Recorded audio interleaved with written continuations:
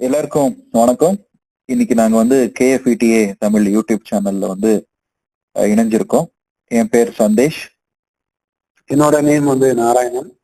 So நாங்க 2 பேரும் வந்து பாத்தீங்கன்னா இப்போ தொடர்ந்து வந்து நிறைய பொருளாதார ரீதியான தகவல்களையும், சேமிப்பு குறித்த தகவல்களையும், அதே போல வந்து பாத்தீங்கன்னா பங்குச்சந்தை குறித்த தகவல்களையும், இன்னும் பல விஷயங்களை வந்து இந்த ஒரு யூடியூப் சேனல்ல வந்து நாங்க விவரமா வந்து நேயர்களுக்காகவே சில கேள்விகளுக்கு வந்து பதில்களை வந்து அளிக்கிறது விதமாக இந்த ஒரு யூடியூப் சேனல் வழியாக உங்களிடம் நாங்க வந்து சந்திக்கிறோம்.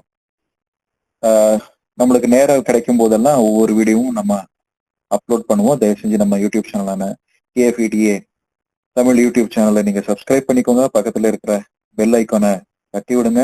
நோட்டிபிகேஷன் அப்பப்போ கிடைக்கும். அதுக்கு ஏற்றபடி நீங்க வந்து பாத்தீங்கன்னா நம்மளுடைய வீடியோஸ்ல வந்து சிறப்பான தகவல்களை வந்து நீங்க பெற்றுக்கொள்ளலாம்.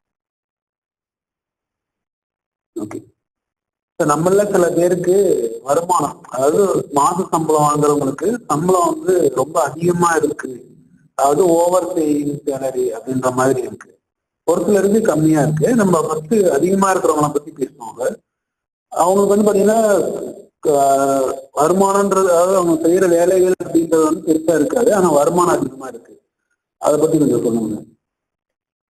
ஓவர் பெய்டு சேலரி அப்படின்னு பாத்தீங்கன்னா, ஏன் அவங்களுக்கு அதிகமான சம்பளம் கொடுக்குறாங்க, ஏன் நம்மளுக்கு கம்மியான சம்பளம் வருது அப்படின்றது நிறைய பேருக்கு ஒரு குழப்பமாவே இருக்கும். அவங்களுக்கு வந்து ரோல்ஸ் அண்ட் ரெஸ்பான்சிபிலிட்டிஸ் வந்து அதிகமா இருக்கும் அப்படின்றது சில பேர் சொல்றாங்க. ரோல்ஸ் அண்ட் ரெஸ்பான்சிபிலிட்டிஸ்னா வெறும் வந்து பாத்தீங்கன்னா அந்த நிறுவனத்தோட வேலைக்கு சார்ந்த விஷயம் மட்டும் இல்லாம இண்டிவிஜுவலாகவும் வந்து பாத்தீங்கன்னா அவங்க கரியர் என்ஹான்ஸ் பண்றதுக்காக, அதே போல மார்க்கெட்டிங்கோ சேல்ஸோ, அது சேல்ஸ்க்கு லீட்ஸ் கொண்டு வரதோ, இந்த மாதிரி நிறைய ரெஸ்பான்சிபிலிட்டிஸ் அதிகமா அவங்களுக்கு இருக்கும்ன்ற ஒரு விஷயம். அதே போல எக்ஸ்பீரியன்ஸ் கவுண்ட் ஆகும் ஓவர் சேலரிக்கு, ஓவர் பேக்கு. எக்ஸ்பீரியன்ஸ் அதிகமா இருக்க வந்து பாத்தீங்கன்னா அவங்களுக்கு சம்பளம் அதிகமா இருக்கும். திடீர்னு என்ன ஆகும், ஒரு ஜாப் விட்டு இன்னொரு ஜாபுக்கு ஜம்ப் ஆயிருவாங்க. ஜம்ப் ஆகும்போது அவங்களே என்ன பண்ணிடுவாங்க, அவங்களுடைய எக்ஸ்பீரியன்ஸுக்கு தகுந்த மாதிரி ஒரு மைண்ட் செட் ஃபிக்ஸ் பண்ணிக்குவாங்க. எனக்கு இவ்வளவுதான் சம்பளம் வேணும், இவ்வளவுதான் நான் டிமாண்ட் வைக்கணும் அப்படின்ற மாதிரி. ஸோ அந்த சம்பளத்தை டிமாண்ட் பண்ணி சில பேர் வைக்கிறாங்க. அதனால வந்து பாத்தீங்கன்னா அந்த எக்ஸ்பீரியன்ஸுக்கு ஏற்ற மாதிரி அந்த சம்பளத்தை கொடுக்கறதுக்கு சில மேனேஜ்மெண்ட் வந்து வில்லிங்கா இருக்கும். சில நேரங்கள்ல என்ன ஆகும் அப்படின்னு பாத்தீங்கன்னா எக்ஸ்பீரியன்ஸும் இருக்கும், அந்த வேலைகள் எல்லாம் செஞ்சிருக்கிறதா சொல்லியிருப்பாங்க. பட் ஆனா அந்த கம்பெனிக்கு வந்து சேர்ந்த பிறகு பாத்தீங்கன்னா தேவையான அளவுக்கு அந்த கம்பெனியோட உடன்பாடு வந்து வராம கூட போறதுக்கு சாத்தியங்கள் இருக்கு, வாய்ப்புகள் உண்டு.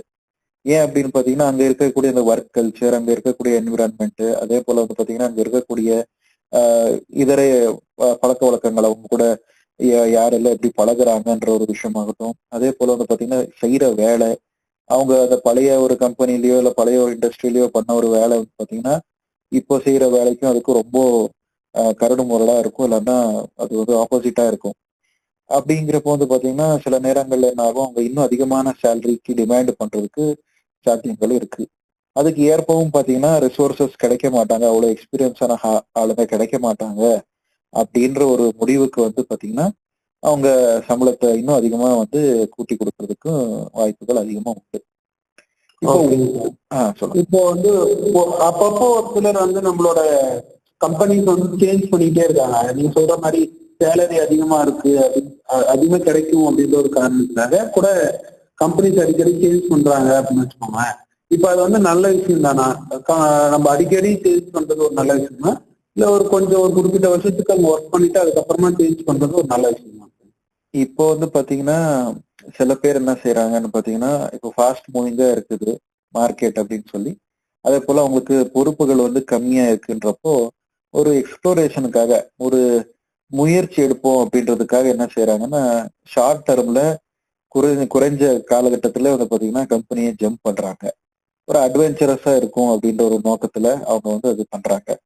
அதே போலவே இன்னொரு விஷயம் என்னன்னு கவனிச்சு பார்த்தோம் அப்படின்னா, இப்போ வந்து இந்த கம்பெனிகளை வந்து சில பேர் என்ன பண்றாங்க, ஒரு 2 வருஷம் 3 வருஷம் எக்ஸ்பீரியன்ஸை நம்ம வந்து வாங்கிட்டு அதுக்கப்புறம் ஜம்ப் பண்ணிக்கலான்ற மனநிலையில இருப்பாங்க. இது ஒவ்வொருத்தருடைய இண்டிவிஜுவலுடைய டிசிஷன் தான். இதை நம்ம வந்து நிர்ணயிக்க முடியாது. அதாவது ஒரே ஒரு மாசத்தை விட்டு கூட ஜம்ப் ஆகிறதுக்கு சாத்தியங்கள் இருக்கு, ஒரு வருஷத்துக்கு கழிச்சு கூட ஜாப் மாத்துறதுக்கு சாத்தியங்கள் இருக்கு. அதே போல வந்து பாத்தீங்கன்னா ஒரு மாசம் அல்லது ஒரு நாள்லயே கூட ஜம்ப் ஆகிறவங்க நிறைய பேர் நம்ம பார்த்துருப்போம். ஏன்னா அவங்களுக்கு சில நேரங்கள்ல சில பாலிசிஸோ சில டெர்ம்ஸ் அண்ட் கண்டிஷன்ஸோ கம்பெனி சார்ந்த விஷயங்கள் அவங்களுக்கு பிடிக்காம போகலாம். அல்லது மேனேஜ்மெண்ட்ல இருக்கக்கூடிய நபர்களை வந்து அவங்களுக்கு ஏதோ சில காரணங்களால இல்ல ப்ரீவியஸ் எம்ப்ளாயிஸ் யாரோ கான்டாக்டா கிடைச்சி அந்த எம்ப்ளாயிஸின் வழியாக இல்ல இந்த கம்பெனி வந்து அவ்வளோ சரியில்லை அல்லது ஒரு ஒரு growth இல்லாத ஒரு கம்பெனியா இருக்குன்ற ஒரு ஃபீட்பேக் ஏதாவது அவங்க கொடுத்தாங்கன்னா ஒரு நெகட்டிவ் ஃபீட்பேக்கு வந்து என்ன ஆயிடும் அப்படின்னா அவங்க அந்த முடிவு எடுத்துக்கிறாங்க. சரி வேணாம் இங்க நம்ம சஸ்டெயின் பண்றது கஷ்டமாகுது போல இருக்குன்னு சொல்லி ஜம்ப் ஆகிடுறாங்க. ஆனா பொதுவா நம்ம யோசிச்சு பார்த்தோம்னா ஒரு 2 to 3 இயர்ஸ்ன்றது ஒரு ஆவரேஜ் ஒரு இயர்ஸ் அப்படின்னு சொல்லிக்கலாம். ஒரு கம்பெனில நம்ம இருக்கணும் அப்படின்னா ஒரு 2 to 3 இயர்ஸ் அல்லது ஒரு இண்டஸ்ட்ரியில இருக்கணும் ஒரு 2 to 3 இயர்ஸ் நம்ம சர்வை பண்ணிட்டு என்ன ஏதுன்ற ஒரு ஒரு பேசிக்கான ஒரு ஐடியாவை நம்ம தெரிஞ்சுக்கிறதுக்கு அந்த டைம் பீரியட் கொஞ்சம் யூஸ்ஃபுல்லா இருக்கும். அதே வந்து பாத்தீங்கன்னா இந்த டெக்னாலஜில வேலை செய்யற கம்பெனிகள்ல ஒர்க் பண்றவங்களுக்கு வந்து பாத்தீங்கன்னா ஒரு 1 to 1.5 இயர்ஸே போதுமான ஒரு டியூரேஷனா தான் இருக்கும்னு நான் நினைக்கிறேன்.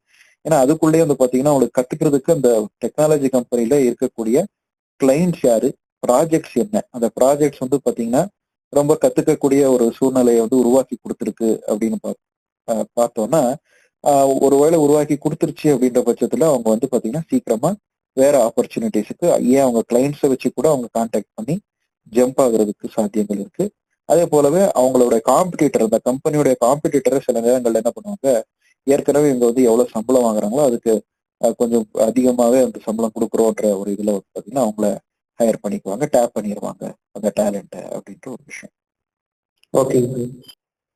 சரி நேயர்களே, இந்த தகவல் எல்லாம் உங்களுக்கு பிடிச்சிருக்குன்னு நாங்க நம்புறோம், கருதுகிறோம். அதுக்கேற்ற மாதிரி வந்து பாத்தீங்கன்னா உங்களுக்கு சில கேள்விகள் ஏதாவது இருந்துச்சுன்னா கமெண்ட் வழியாக வந்து தயவு செய்து பேசவும், நம்மளுக்கு வந்து தகவல்களை வந்து நீங்க அனுப்பவும்.